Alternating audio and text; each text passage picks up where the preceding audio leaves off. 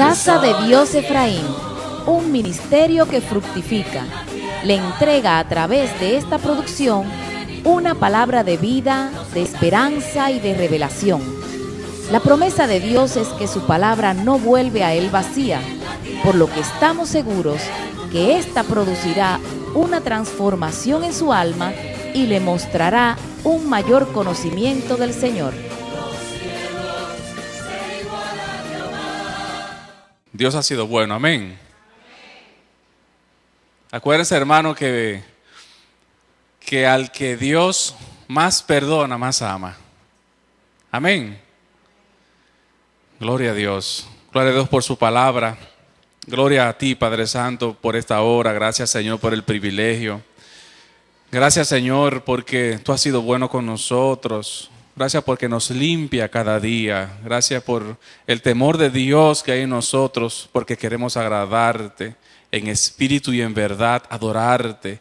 Queremos buscarte cada día, Señor, tener ese libre acceso al trono de la gracia, tener ese libre acceso al lugar santísimo, donde allí, Señor, nos morimos, donde nos caemos delante de tu presencia, por poderosa que es esta, Señor.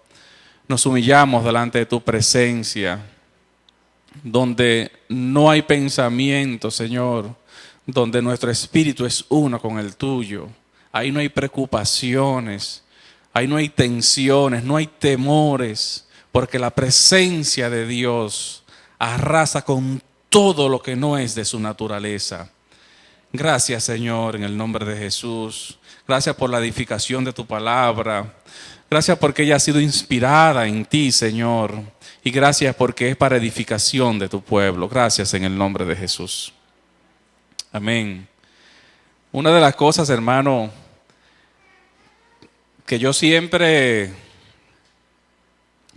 pienso es siempre de dónde Dios me ha sacado. Uno puede sonar reiterativo en eso, hermano, pero es que cada quien ha vivido una vida de pecado.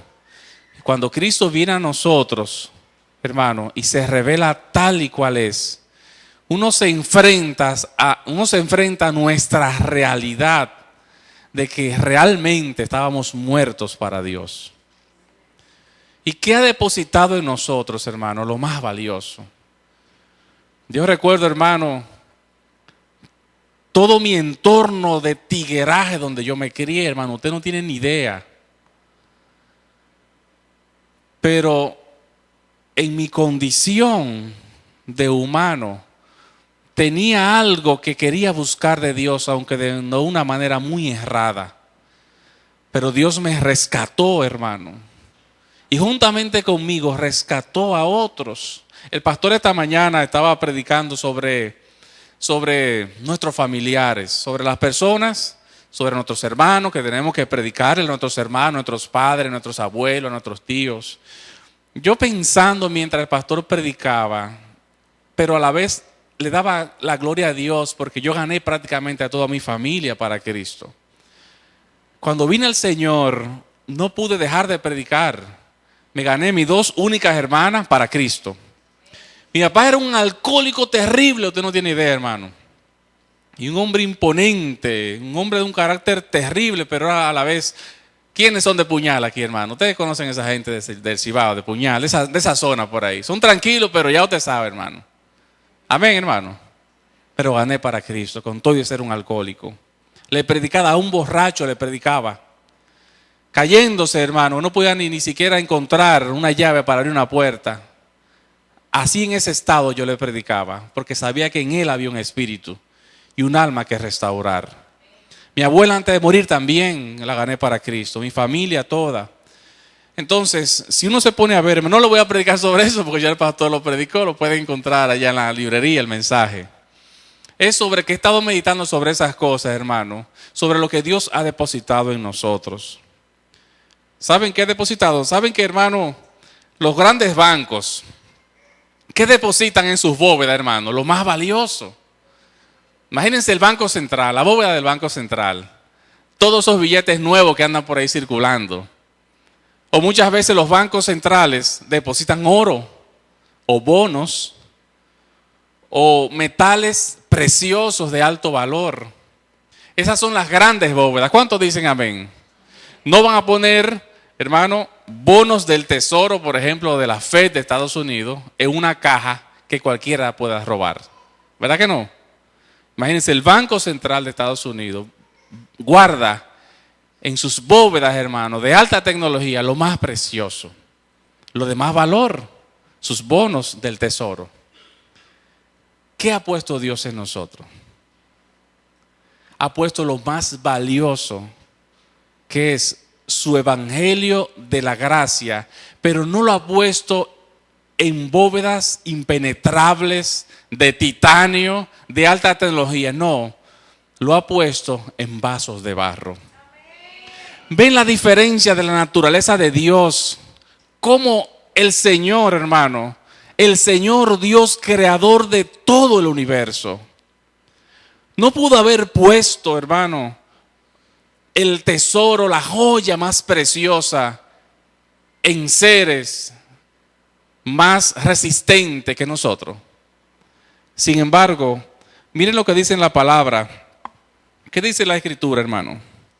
2 Corintios 4 y versículo 7. Dice, pero tenemos este tesoro. ¿En qué, hermano? En vasos de barro. ¿Pero para qué? Para que la excelencia del poder sea de Dios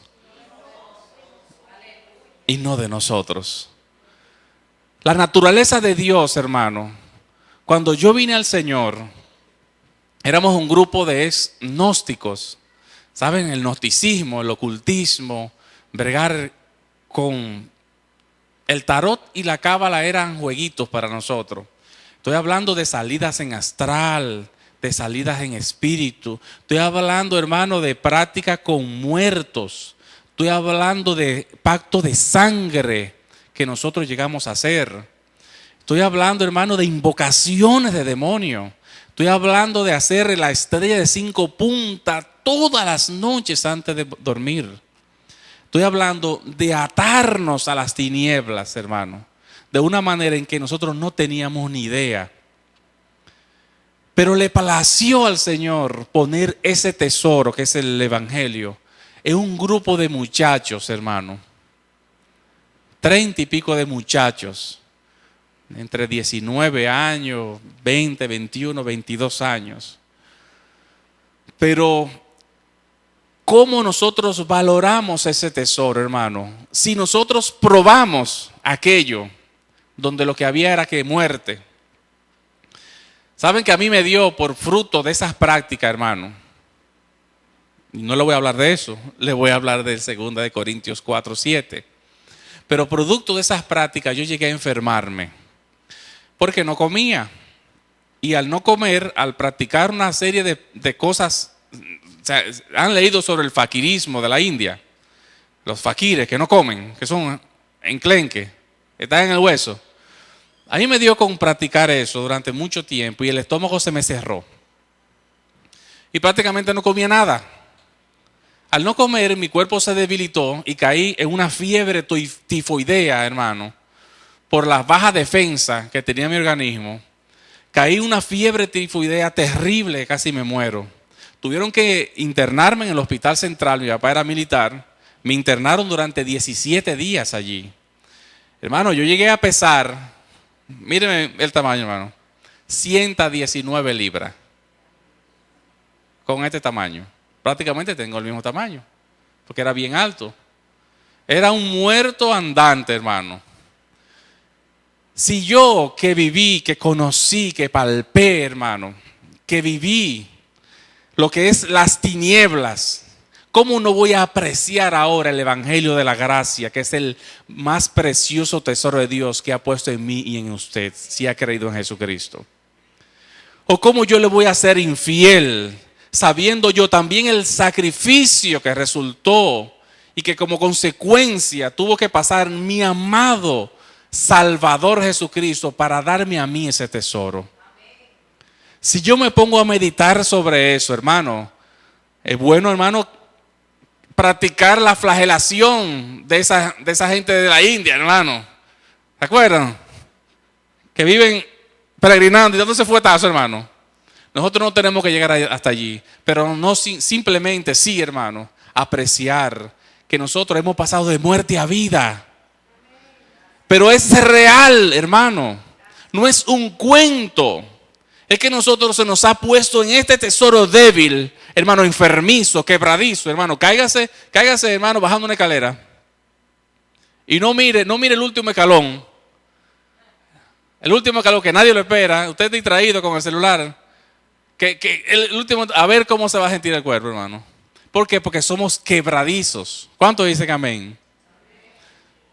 El barro, ¿cómo es, hermano? El barro es un material que es débil, que es frágil.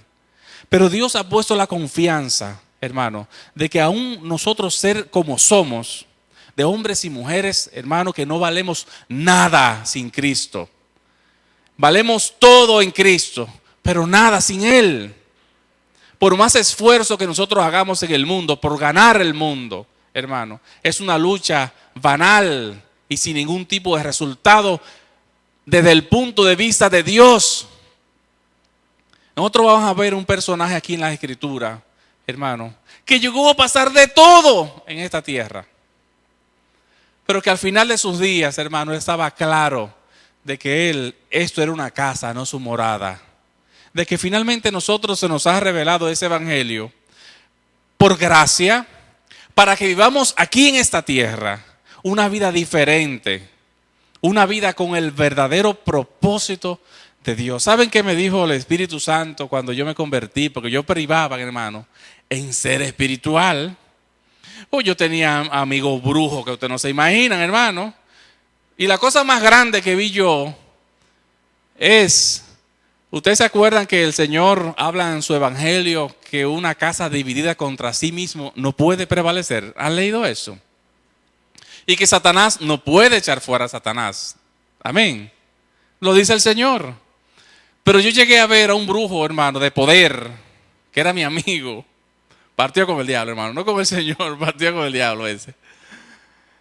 Agarrado de la mano de una muchacha endemoniada y reprendiéndolo para sacarle demonio.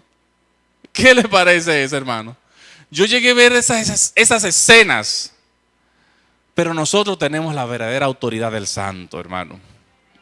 Donde nosotros podemos, de nuestros hogares, hermano, compartir el evangelio, la buena nueva, aún con nuestros pequeños, que en algún momento ellos les va a salir y les va a inquietar las cosas de Dios, porque tienen un espíritu ahí, un alma.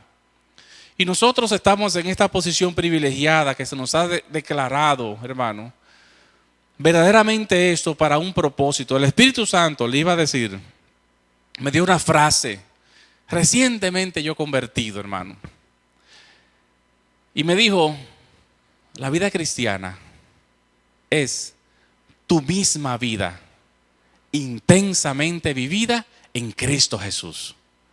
Nunca se me ha olvidado porque fue del Espíritu Santo a mi vida para que yo entendiera que verdaderamente iba de ahí en adelante era que iba a vivir, hermano, con el propósito que Dios tiene para mí y para cada uno de ustedes. Amén. ¿Qué somos entonces, hermanos? Somos frágiles. No hay una joya tan valiosa en esta vida como la que Dios ha puesto en nosotros. Es llevado por hombres frágiles y anunciado por hombres débiles. Pero aún de que somos como somos, hermano, nuestro Dios se ha gloriado en revelarse a nosotros. Amén. Ustedes saben que la revelación, hay mucha gente en el mundo cristiano que busca que Dios se revele. Revélame verdades bíblicas, revélame misterios. Hay personas que en oración dicen, Señor, revélame tal cosa. Revélame tal pasaje que no entiendo, dame entendimiento, no entiendo tal cosa, no entiendo tal escenario de tal libro. Pero yo descanso en ese tipo de cosas, porque la mayor de las revelaciones ya la tenemos, que es considerar que Jesucristo es el Señor para gloria de Dios el Padre. nosotros saber que Jesucristo es Dios, que vino en carne, que se hizo hombre, que ascendió al cielo desde la tumba al tercer día, que está sentado a la diestra del Padre, es la mayor de las revelaciones, hermano. Amén. Aquí hay una vida, hermano. Aquí dice la palabra en 2 Corintios 4:16, que dice: por tanto, no desmayamos. Antes, aunque nuestro hombre exterior se va desgastando, el interior, no obstante, se renueva de día en día. Todos, hermanos, aquí envejecemos lamentablemente. Todos los días las células sufren una degeneración constante. Y ciertamente, hermano, nos vamos desgastando. Cuando yo cumplí 40 años, tengo 42. No sé, hermano, automáticamente cumplir los 40 años, hermano, miren que estoy necesitando. Una cosa que yo veía de aquí a allá, hermano, allá. La letrica chiquitica yo la veía y la leía. Pero ¿qué nos está pasando, hermano? Estamos desgastándonos. Dice la Escritura, sí, que este hombre exterior se desgasta. Pero el interior, que es en Cristo Jesús, que es la joya que ha sido revelada a nosotros, esa es la que debe fortalecerse. Porque finalmente, hermano, ¿dónde vamos a parar? El cuerpo, lamentablemente, y el cristiano debe entenderlo. Y debe estar preparado para eso, para poder estar en la presencia de Dios sin ningún tipo de temor. Para eso Dios nos prepara en su palabra y que nosotros entendamos eso en nuestro espíritu. De que verdaderamente, aunque el cuerpo se desgaste, hermano. Miren, yo tenía más cabello que Chayanne, hermano. Ustedes saben de los chicos, ¿verdad? Hermano, por Dios.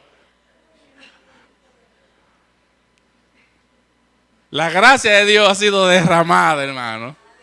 Derramada ha sido. Ustedes me entienden, hermano. Pero yo he entendido, hermano, que verdaderamente, hermano, el propósito cuando el evangelio de la gracia se revela es que nosotros maduremos en el Señor. Y que entendamos cosas, que nosotros, ciertas circunstancias, que somos víctimas de esas circunstancias porque no las manejamos. Pero con la madurez que el evangelio nos da y que el Espíritu nos fortalece, tenemos nosotros que ir avanzando, como dice la Escritura, de gloria en gloria. Y definitivamente, hermano, es el propósito de Dios que nosotros estemos madurando en las cosas de Dios. Y que no seamos niños, que nosotros no seamos fluctuantes. Una de las cosas que toda mi vida, gracias al Señor,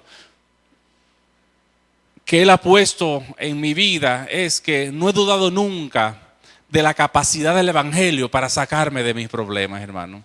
Nunca he dudado de la capacidad que tiene Dios en su Escritura, en el Espíritu que ha puesto en nosotros para sacarnos adelante de situaciones difíciles. ¿Cuánto no vivimos, hermano, situaciones desesperantes? Situaciones, hermano, que yo he vivido eso, hermano, delante de Dios, donde yo creo que verdaderamente ya hasta aquí llegué. Lo he confesado, lo he dicho, lo he vivido, pero no he desmayado. Siempre he pensado que Dios, como dice la alabanza, Dios es capaz. Amén. Situaciones, hermano, de económica terrible. Cuando yo vine a Jesucristo, hermano, yo no tenía nada. Pero literalmente, porque al vivir esa vida que tenía, dejé de estudiar y de trabajar porque el mundo se iba a acabar. Y si se iba a acabar, ¿para qué seguir trabajando y estudiando? Pero al venir al Señor, Él como que me mostró lo que me esperaba. Es decir, el trabajo para recuperar mi familia, mis hermanos, la mala relación que yo había creado por el gnosticismo con mis tías, con todo el mundo, hermano, porque yo no obedecía a nadie, hermano, y yo. Yo era yo y mi propio yo, hermano. Pero al venir y al tener ese espíritu nuevo que me hizo ver mi realidad, me vi a mí mismo, hermano, Dije, wow, qué obra tan seria le espera al Espíritu Santo en mi vida. Comencé a estudiar de una vez, retomé el trabajo, comencé a hacer cositas. Hermano, nunca avergonzado de los trabajos, nunca me he avergonzado de eso. Nunca. He sido una persona que siempre el Señor me ha dado un ímpetu a las cosas. Y más con Él en mi vida, que lo tenemos todo. ¿Saben qué tenía yo de calzado? Unas botas de guardia. Y desgastada, porque era lo único que tenía. Un pantalón y como 2 polochés. Nunca me avergoncé y caminé. ¿Ustedes saben dónde queda el Arzobispo Porte? Con 30 de marzo. Desde allá abajo, varias veces, hasta la 41 de Cristo Rey a pie, para ir a la iglesia. Imagínense el trayecto. Muchas veces, Karina es testigo, no tenía ni siquiera 5 pesos para ir a la iglesia y nunca dejé de ir a la iglesia. Le decía al pastor, sin vergüenza, usted es mi pastor, voy a buscar los 5 pesos, usted me da los 5 pesos para ir a tornar, no quiero más. Y Karina es testigo de lo que le estoy diciendo. Iba a la iglesia, nunca dejé de ir a la iglesia. Iba los miércoles, iba los sábados a los jóvenes, domingo en la mañana y domingo en la noche. Luego de que el Señor me consiguió un trabajito en una compraventa, comencé, hermano, me abrió puertas, empecé, hermano, y nunca disminuyó en mí la lectura de la palabra, la búsqueda de oración, hacer ayuno para que el Señor me levantara y que renovara la estructura que el diablo había formado en mi vida. Porque cuando Cristo viene a nosotros y deposita ese evangelio, todo debe cambiar.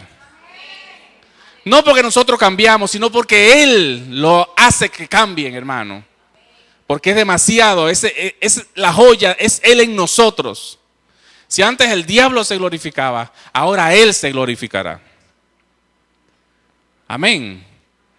Entonces, hermano, nos vamos desgastando. Pero Dios debe irse en nosotros renovando. Y yo siempre creo, hermano, de que el creyente debe meditar en qué puntos de su vida perjudican para que el Espíritu de Dios sea manifestado en él. No puede ser que pasen los años y vengan los meses y vengan los días y el peregrinar de arriba para abajo y de abajo para arriba y siempre cometamos los mismos errores.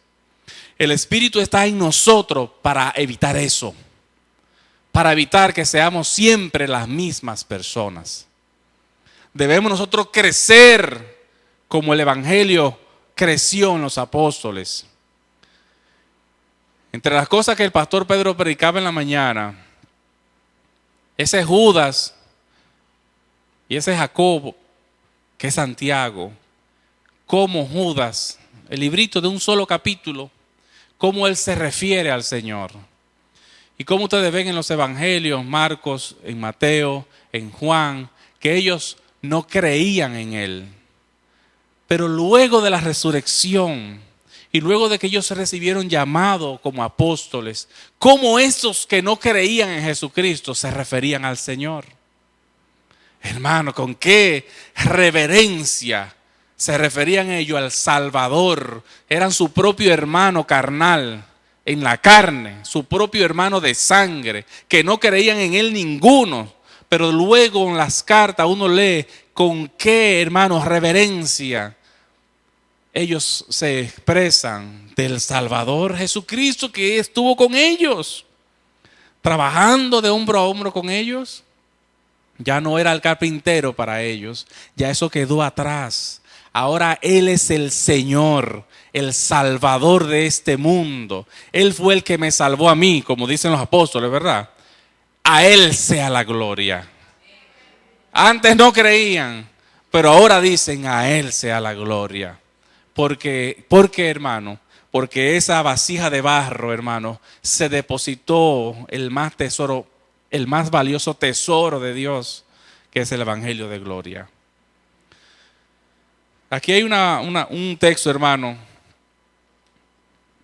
y esa es la vida a la cual yo me iba a referir. En Génesis hay muchas historias, hermanos, muy interesantes. Yo duré durante mucho tiempo, quizás más de un año, estudiando solamente 10 capítulos del Génesis. En los primeros 10 capítulos del Génesis, hermano, ahí está todas las revelaciones que usted se puede imaginar. Yo duré más de un año estudiando solamente los 10 primeros capítulos de Génesis. Comencé versículo 1, capítulo 1, hasta el último versículo, capítulo 10, volví atrás. Y cada vez que volví atrás, Dios me mostraba cosas diferentes. Este libro de Génesis, hermano, tiene muchísimas enseñanzas de los patriarcas para nosotros. Como dice la palabra, hermano, todas esas cosas sucedieron como ejemplo a nosotros. Hay cosas ya que no tenemos que hacer porque son sujetas al antiguo pacto, pero sí muchos escenarios y muchas vivencias de los patriarcas sí se ajustan a nuestra enseñanza y sí nos enseñan cosas. Pues uno de esos personajes, hermano, es Jacobito, hermano. Antiguo Israel, ¿se acuerdan? Hermano, cuánto trabajo pasó Jacob. Si ustedes se ponen a ver desde el mismo día de su nacimiento, peleando con su hermano. Desde el vientre, hermano, con un problema. Si ustedes leen todas las cosas que pasó, cómo sus hermanos, sus hijos vendieron a José, el sufrimiento de padre que eso genera. Imagínense, hermano, que de repente vengan hijos y le digan que una fiera devoró un hijo nuestro. Imagínense nada más. El dolor que causó en la vida de Jacob. Pero también, hermano, las cosas espirituales que Dios le mostró, como peleó con el ángel en Peniel, ¿se acuerdan? Que tuvo que darle por el muslo porque el hombre no quería ceder. También los ángeles que se encontró en el camino cuando iba camino a encontrarse con Esaú. El temor que él le tenía a Esaú, hermano. Le tenía miedo. Porque parece ser que Esaú era rabioso, hermano. Pero no solamente, hermano, que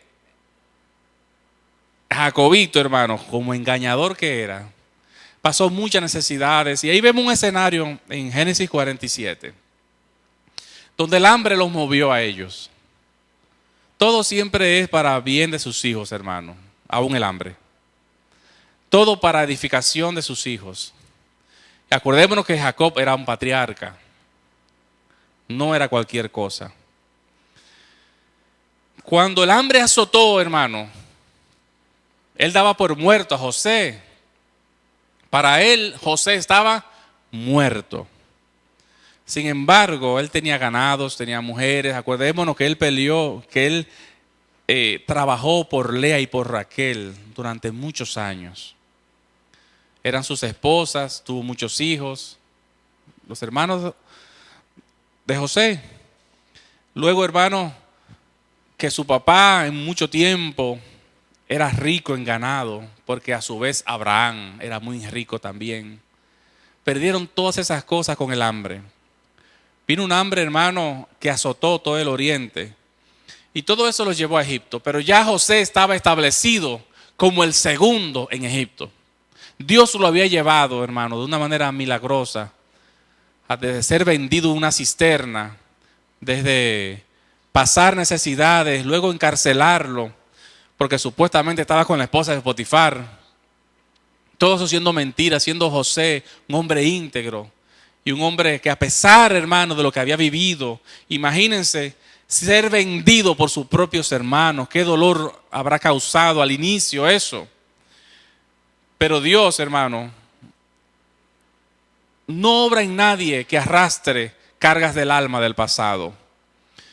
Si arrastra falta de perdón, eso lo va consumiendo hasta que finalmente no le encuentra propósito al evangelio. Amén. Pero si nosotros estamos en Cristo, en el evangelio de salvación, vamos poco a poco desprendiéndonos, hermano, de lo que nos ha mortificado en un pasado. Entonces, aquí en Génesis 47, vemos ya que José se reveló a sus hermanos. Ya, hermano, lloró amargamente, lloró de gozo también de ver a su papá. Y de ver su papá, que él que había creído muerto realmente era un hombre de importancia. Y era el hombre que Dios había hecho pasar con el propósito deliberado de que él era la salvación de su padre y sus hermanos. Ya José lo iba a presentar a su papá. Jacobito, hermano, era ya entrado en años. Pero miren lo interesante de cómo él responde a Faraón. Cuando Faraón le pregunta lo siguiente, en el versículo 8 de Génesis 47. El versículo 7 dice, también José introdujo a Jacob, su padre, y lo presentó delante de Faraón. ¿Y qué dice la palabra? Jacob bendijo a Faraón. Pero el verso 8 dice, y dijo Faraón a Jacob, ¿cuántos son los días de los años de tu vida? Lógicamente y obviamente, hermanos, Jacob era un anciano. Es normal que a veces cuando uno conoce a personas de mucho más edad que uno, como estábamos en el retiro ya en camino a Piedra Blanca, en Bonao, me topé con algunas personas de edad. Lo normal es que uno le pregunte a esos hombres que persisten en la fe, ¿qué edad usted tiene? ¿Sí o no, hermano? Los hombres, ¿qué edad usted tiene? Pero es un asunto de respeto también. Así le preguntó Faraón a Jacob, ¿cuántos son los días de los años de tu vida? Y miren la respuesta que le da Jacob. Dice, y Jacob respondió a Faraón, los días de los años de mi peregrinación son 130 años.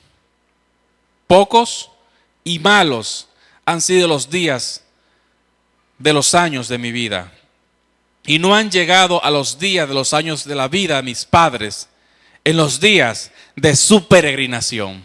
Yo le voy a detallar a esto, hermano, a detallar esto. Esto es rico lo que él respondió de un hombre que se estaba desgastando, pero que él le daba, ¿a qué cosa le daba importancia? Número uno, hermano, Jacob habla como patriarca, llama a su vida peregrinación, considerándose a sí mismo extranjero en este mundo. A pesar de lo que había vivido, él sabía que él era un peregrino. Él sabía que esta no era su morada, sino su casa, porque él consideraba su morada la morada de sus padres. Él sabía que él era un peregrino y había pasado de todo tipo de problema y trabajo, hermano. Mucho más que cualquiera de nosotros aquí. Y mucho más, hermano, como que no creo que nosotros vayamos a vivir 130 años. Dicen amén, hermano. Pero él estaba consciente. Faraón no le preguntó sobre peregrinación ni mucho menos, no entendía eso. Pero él sí lo entendía y le llamó a eso los días de los años de la peregrinación de mi vida. Número 2. Dice, cuenta su vida por días. Número 3, atribuye a sus días, dice, características. Que sus días, ¿cómo lo atribuye, hermano? Que son pocos. ¿Por qué? Porque el pecado, ¿qué le hace el pecado, hermano? Que acaba con cualquiera. El pecado desgasta. Y a medida, hermano, que mientras menos nosotros nos comprometamos con ese tesoro que ha sido depositado en nosotros, el pecado nos va a acabar, hermano. Pero en la medida que nosotros nos inclinamos a las cosas de Dios, entendemos que nuestros días son un peregrinaje. Y más nos vamos a comprometer con ese evangelio que ha sido depositado en nuestros vasos de barro. Más nos vamos a comprometer, hermano. Y nuestros sueños van a ser cosas que Dios, como que Dios, hermano, se revelará cada día más, anhelando más las cosas de Dios, anhelando más entrar al tabernáculo de Dios, entrar en adoración al lugar santo, entrar en adoración al lugar santísimo, sin dejar de uno, hermano, de las cosas de esta vida, pero entendiendo que uno viene a esta vida, hermano, como peregrinos. ¿Qué dice, hermano, él? Son pocos. Y han sido, ¿qué, hermano? Malos. Y a pesar de que han sido pocos, fueron 130 largos años, hermano. Viviendo cosas en momentos, hermano, de felicidad.